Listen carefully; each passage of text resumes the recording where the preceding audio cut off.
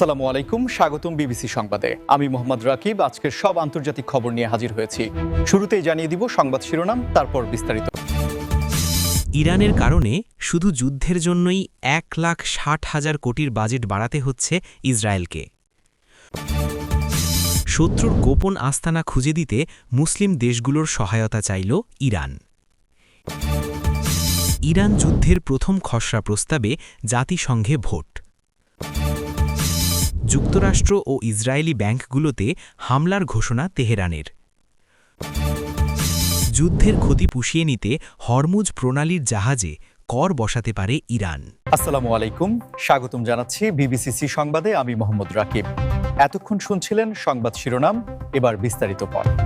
ইসরায়েলের সাম্প্রতিক প্রতিরক্ষা বাজেট বৃদ্ধির ঘটনা, যেখানে ইরানের সাথে সম্ভাব্য দীর্ঘমেয়াদী সংঘাত এবং কৌশলগত অবস্থান ধরে রাখার জন্য ইসরায়েলকে তাদের বাজেটে নতুন করে প্রায় 1,60,000 কোটি টাকা বা তার সমতুল্য অর্থ শুধুমাত্র প্রতিরক্ষা খাতেই বরাদ্দ করতে হচ্ছে।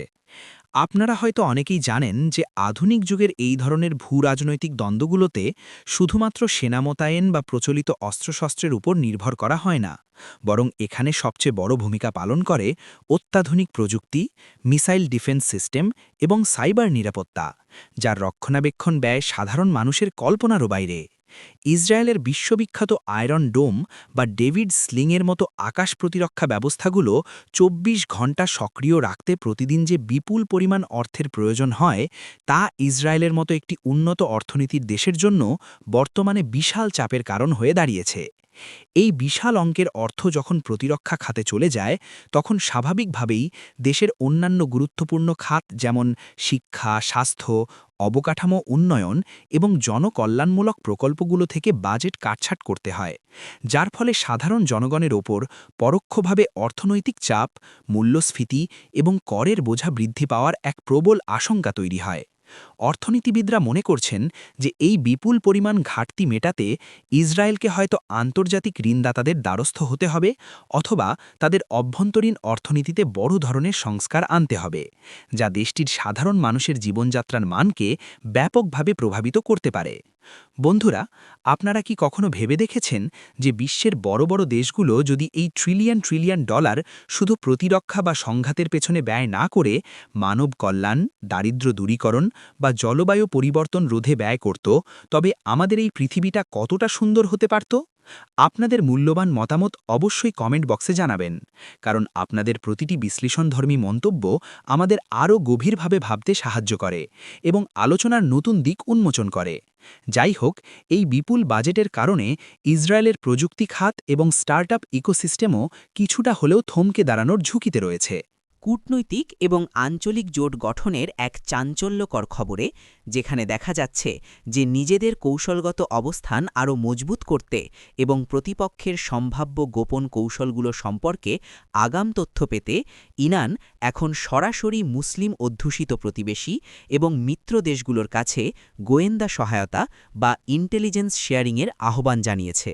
আধুনিক আন্তর্জাতিক সম্পর্ক এবং কূটনীতিতে এই ধরনের পদক্ষেপ অত্যন্ত তাৎপর্যপূর্ণ, কারণ বর্তমান যুগে যে কোনো সংঘাত বা উত্তেজনার ক্ষেত্রে সঠিক সময়ে সঠিক তথ্য পাওয়াটা সবচেয়ে বড় হাতিয়ার হিসেবে কাজ করে, এবং ইরান ঠিক এই জায়গাটিতেই নিজেদের অবস্থান শক্তিশালী করতে চাইছে।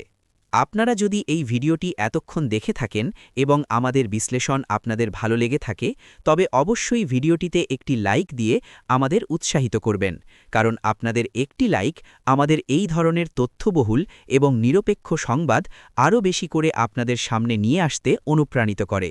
ইরানের এই পদক্ষেপের মূল উদ্দেশ্য হল মধ্যপ্রাচ্য এবং এর আশেপাশের অঞ্চলে থাকা মিত্র দেশগুলোর রাডার নেটওয়ার্ক, স্যাটেলাইট মনিটরিং এবং বর্ডার সিকিউরিটি ডেটা ব্যবহার করে একটি সম্মিলিত নিরাপত্তা বলয় তৈরি করা, যাতে কোনো ধরনের আকস্মিক পরিস্থিতি তৈরি হলে তা আগে থেকেই মোকাবেলা করা সম্ভব হয়।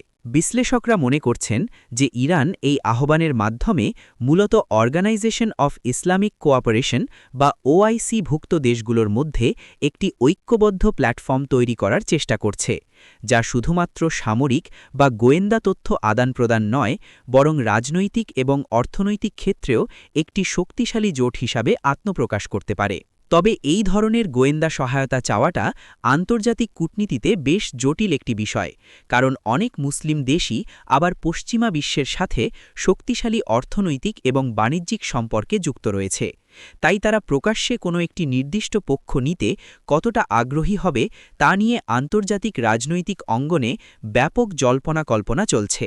জাতিসংঘেও এখনই উত্তেজনার ঢেউ আছড়ে পড়েছে, যেখানে ইরান এবং এর আশেপাশের অঞ্চলে চলমান অস্থিতিশীলতা নিরসন এবং একটি শান্তিপূর্ণ সমাধানে পৌঁছানোর লক্ষ্যে একটি প্রাথমিক খসড়া প্রস্তাব বা ড্রাফট রেজলিউশন উত্থাপন করা হয়েছে এবং এর ওপর ভোটাভুটির প্রস্তুতি চলছে। জাতিসংঘের নিরাপত্তা পরিষদ এবং সাধারণ পরিষদে এই ধরনের খসড়া প্রস্তাব সাধারণত তখনই আনা হয় যখন কোনো আঞ্চলিক উত্তেজনা বিশ্বব্যাপী অর্থনৈতিক বা মানবিক সংকটের রূপ নেওয়ার আশঙ্কা তৈরি করে, এবং বর্তমান পরিস্থিতিতে বিশ্বনেতারা চাচ্ছেন যে কোনো মূল্যে এই উত্তেজনাকে কূটনৈতিক আলোচনার টেবিলে সীমাবদ্ধ রাখতে। আপনারা যারা আন্তর্জাতিক রাজনীতি নিয়মিত অনুসরণ করেন তারা নিশ্চয়ই জানেন যে জাতিসংঘে একটি প্রস্তাব পাশ হওয়া কতটা সময় সাপেক্ষ এবং জটিল প্রক্রিয়া, কারণ এখানে পরাশক্তিগুলোর ভেটো ক্ষমতা বা নিজেদের স্বার্থ সংশ্লিষ্ট বিষয়গুলো ওতপ্রোতভাবে জড়িত থাকে। এই খসড়া প্রস্তাবে মূলত কি কি বিষয় অন্তর্ভুক্ত করা হয়েছে তা নিয়ে সাধারণ মানুষের মনে ব্যাপক কৌতূহল রয়েছে। কূটনৈতিক সূত্রগুলো জানাচ্ছে যে এতে মূলত সকল পক্ষকে সংযম প্রদর্শনের আহ্বান জানানো হয়েছে, আন্তর্জাতিক বাণিজ্য পথগুলো নিরাপদ রাখার ওপর জোর দেওয়া হয়েছে এবং যে কোনো ধরনের অর্থনৈতিক বা কৌশলগত অবরোধ এড়িয়ে আলোচনার মাধ্যমে সমস্যা সমাধানের একটি রূপরেখা দেওয়া হয়েছে। এই ভোটাভুটির ফলাফল যাই হোক না কেন, এটি আন্তর্জাতিক সম্প্রদায়ের মনোভাব বোঝার জন্য একটি বড় ব্যারোমিটার হিসেবে কাজ করবে, কারণ এখান থেকেই স্পষ্ট হবে যে বিশ্বের বড় বড় দেশগুলো যেমন যুক্তরাষ্ট্র, রাশিয়া, চীন এবং ইউরোপীয় ইউনিয়ন বর্তমান পরিস্থিতিতে ঠিক কোন ধরনের কূটনৈতিক অবস্থান গ্রহণ করছে। অনেক বিশেষজ্ঞ বলছেন যে এই ধরনের প্রস্তাবগুলো অনেক সময় সরাসরি কোনো সমস্যার সমাধান করতে না পারলেও এটি বিবাদমান পক্ষগুলোর ওপর একটি প্রচ্ছন্ন আন্তর্জাতিক চাপ সৃষ্টি করে, যার ফলে তারা তড়িঘড়ি করে কোনো হঠকারী সিদ্ধান্ত নেওয়া থেকে বিরত থাকে, এবং এর ফলে বিশ্ব অর্থনীতি, বিশেষ করে জ্বালানি বাজার এবং সাপ্লাই চেনে যে অস্থিরতা তৈরি হওয়ার আশঙ্কা থাকে তা সাময়িকভাবে হলেও প্রশমিত হয়। সাইবার ডোমেইন বা ডিজিটাল জগৎ হয়ে উঠেছে স্নায়ুযুদ্ধের সবচেয়ে বড় রণক্ষেত্র। আর ঠিক এই প্রেক্ষাপটেই সম্প্রতি তেহরানের পক্ষ থেকে যুক্তরাষ্ট্র এবং ইসরায়েলি আর্থিক প্রতিষ্ঠান বা ব্যাংকগুলোর ওপর বড় ধরনের সাইবার হামলার সতর্কতা বা ঘোষণা আন্তর্জাতিক সাইবার নিরাপত্তা বিশেষজ্ঞদের কপালে চিন্তার ভাঁজ ফেলেছে। আজকের দিনে আমাদের পুরো অর্থনৈতিক ব্যবস্থাই ডিজিটাল নেটওয়ার্ক এবং ক্লাউড সার্ভারের ওপর নির্ভরশীল। তাই একটি দেশের ব্যাংকিং সেক্টরে যদি সফলভাবে ডিস্ট্রিবিউটেড ডিনায়াল অফ সার্ভিস বা DDoS আক্রমণ চালানো যায়, তবে তা সেই দেশের অর্থনীতিকে মুহূর্তের মধ্যে অচল করে দিতে পারে। তেহরানের এই ঘোষণার পরপরই যুক্তরাষ্ট্র এবং ইসরায়েলের সেন্ট্রাল ব্যাংক থেকে শুরু করে প্রাইভেট আর্থিক প্রতিষ্ঠানগুলো তাদের সাইবার সিকিউরিটি প্রোটোকলকে সর্বোচ্চ সতর্ক অবস্থায় বা হাই অ্যালার্টে নিয়ে গেছে, কারণ হ্যাকাররা যদি কোনোভাবে আন্তর্জাতিক পেমেন্ট গেটওয়ে বা সুইফট সিস্টেমে বিঘ্ন ঘটাতে পারে, তবে কোটি কোটি ডলারের লেনদেন আটকে যাবে, সাধারণ মানুষ তাদের অ্যাকাউন্ট অ্যাক্সেস করতে পারবে না এবং শেয়ার বাজারে এক ভয়াবহ দরপতন বা প্যানিক সেলিং শুরু হতে পারে। বন্ধুরা, আপনারা যারা প্রযুক্তি ভালোবাসেন তারা নিশ্চয়ই বুঝতে পারছেন যে আধুনিক যুগে একটি দেশের অর্থনীতি ধ্বংস করতে কোনো অস্ত্রের প্রয়োজন হয় না, শুধু কিবোর্ড আর ইন্টারনেটের মাধ্যমেই একটি দেশের অর্থনৈতিক মেরুদণ্ড ভেঙে দেওয়া সম্ভব। আর এই বিষয়টি আপনারা কিভাবে দেখছেন তা অবশ্যই আমাদের সাথে শেয়ার করতে পারেন।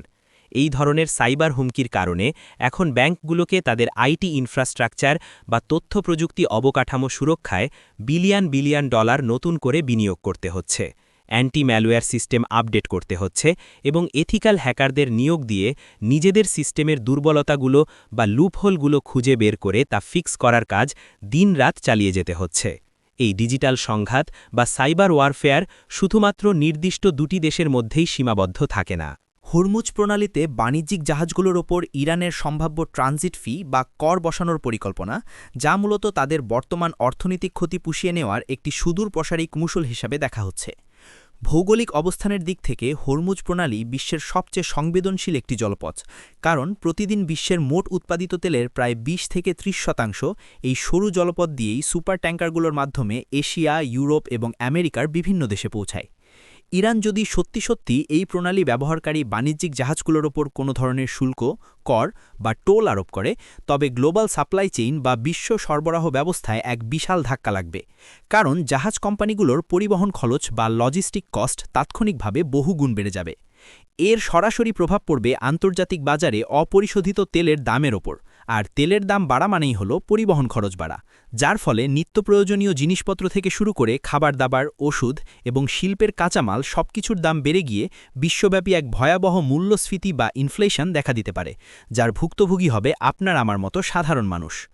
আন্তর্জাতিক মেরিটাইম আইন বা সমুদ্র আইন অনুযায়ী কোনো দেশ আন্তর্জাতিক জলপথে এ ধরনের একক কর বসাতে পারে কিনা তা নিয়ে ব্যাপক আইনি বিতর্ক থাকলেও ভূরাজনৈতিক শক্তির খেলায় অনেক সময়ই এই নিয়মগুলো উপেক্ষিত হয়, আর এর ফলে শিপিং কোম্পানিগুলোকে তাদের জাহাজের ইন্স্যুরেন্স প্রিমিয়াম বা বিমার খরচও বাড়িয়ে দিতে হবে।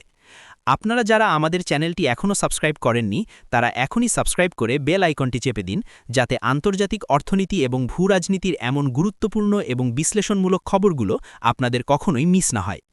সব মিলিয়ে হরমুজ প্রণালীর এই ইস্যুটি বিশ্ব নেতাদের জন্য এক বিশাল মাথা ব্যথার কারণ হয়ে দাঁড়িয়েছে, এবং সবাই এখন কূটনীতিকভাবে এই সমস্যার সমাধান খুঁজছেন, যাতে সাধারণ মানুষের জীবনযাত্রার ওপর কোনো নেতিবাচক প্রভাব না পড়ে।